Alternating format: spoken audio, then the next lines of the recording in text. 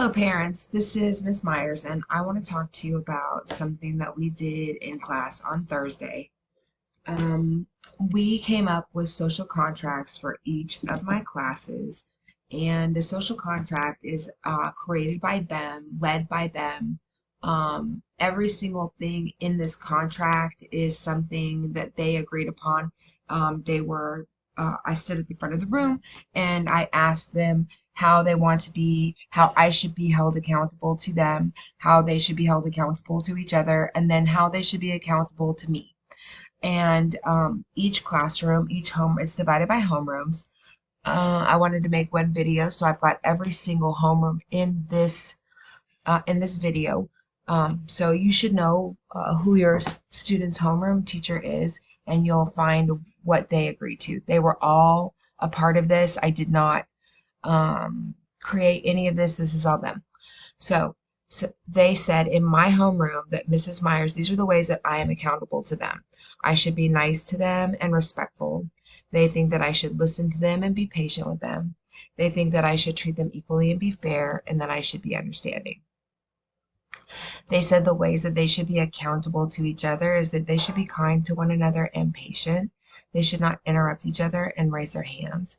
They should do no harm and use the 30-second rule.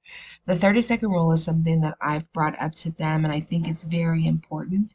And it's the idea that if a person cannot change something about themselves in 30 seconds or less, then we're not going to mention it to them. Like, hey, your shoe's untied. That can be fixed. But we're not going to talk about people's appearances or things that they have no control over, right? We don't have any control over the type of shoes that our parents buy us, or the where we get our hair done, or any of those things that the students value. Not all parents can afford to do those kinds of things for their children, and we're not going to make fun of each other for being different. They should use their active listening skills and be positive, and they're not allowed to bully each other.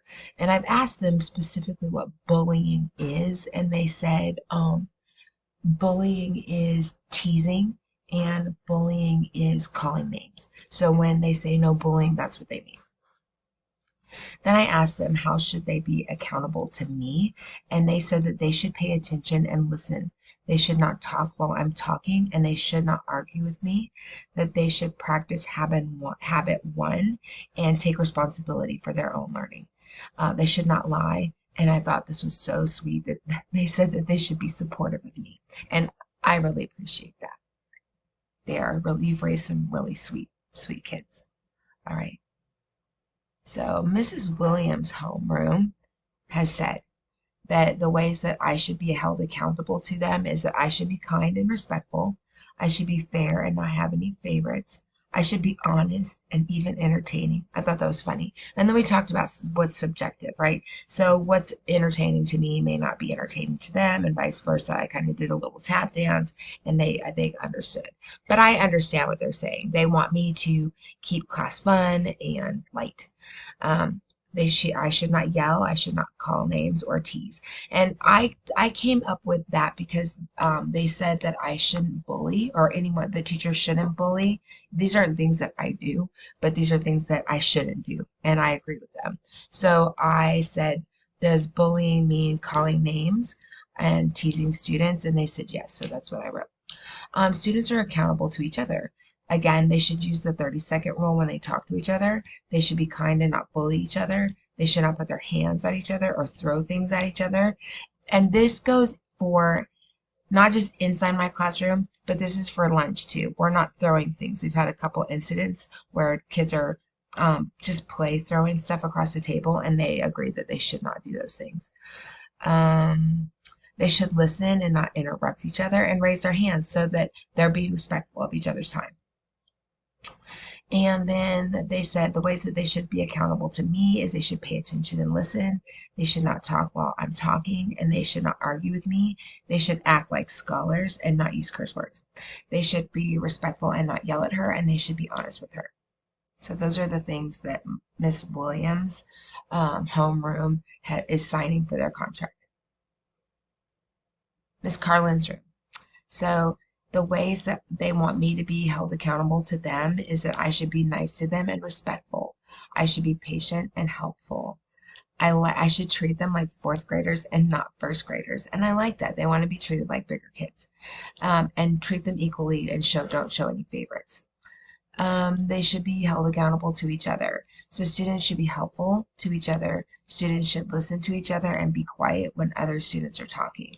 And they were very specific about how they should be with each other physically. They should not hit, kick, pinch, bite, push, or spit on each other. And I am completely amenable to that. The students should make each other feel welcome and not gossip. I really like that they added that they are not going to talk about each other behind their back. Again, they're going to use the 30-second rule and not bully each other. They should not curse, argue, or laugh at each other, and they should use school-appropriate conversations. Agreed. So the students are accountable to me. They should be respectful of the teacher. They should listen and be quiet when she's talking. They should respect her things and do their work, and they should raise their hand. Miss Darbone's class. So the ways that I am accountable to them, I should teach them and treat them like they are smart. I love that. All of my students just want to be valued, right? She should help the students and be patient with them. She should be encouraging, calm, honest, positive, and mindful.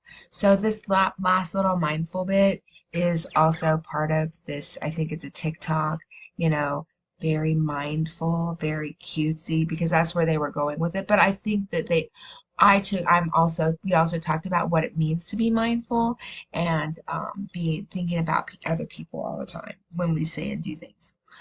The students are accountable to each other, that they should be kind and respectful to each other. Again, these students agreed that they should use the 30-second rule when they talk to each other, and they should be kind and positive. That they should be respectful to the teacher. They should listen and be quiet when she's talking. They should respect her things and do their work. They should raise their hand and wait to be called on. They should follow her rules, and they should not interrupt her. So most of my classes, even though they said it in different ways, all believe that the class should be run the same way. And I explained all of the students want to learn. They all really want to learn. And we talked about what it's like to learn in an environment where it's not peaceful and where people are talking and they can't hear the teacher, and it's just so frustrating, right? So, English class can be difficult enough without adding extra behaviors to it that take away from what they're supposed to be focused on.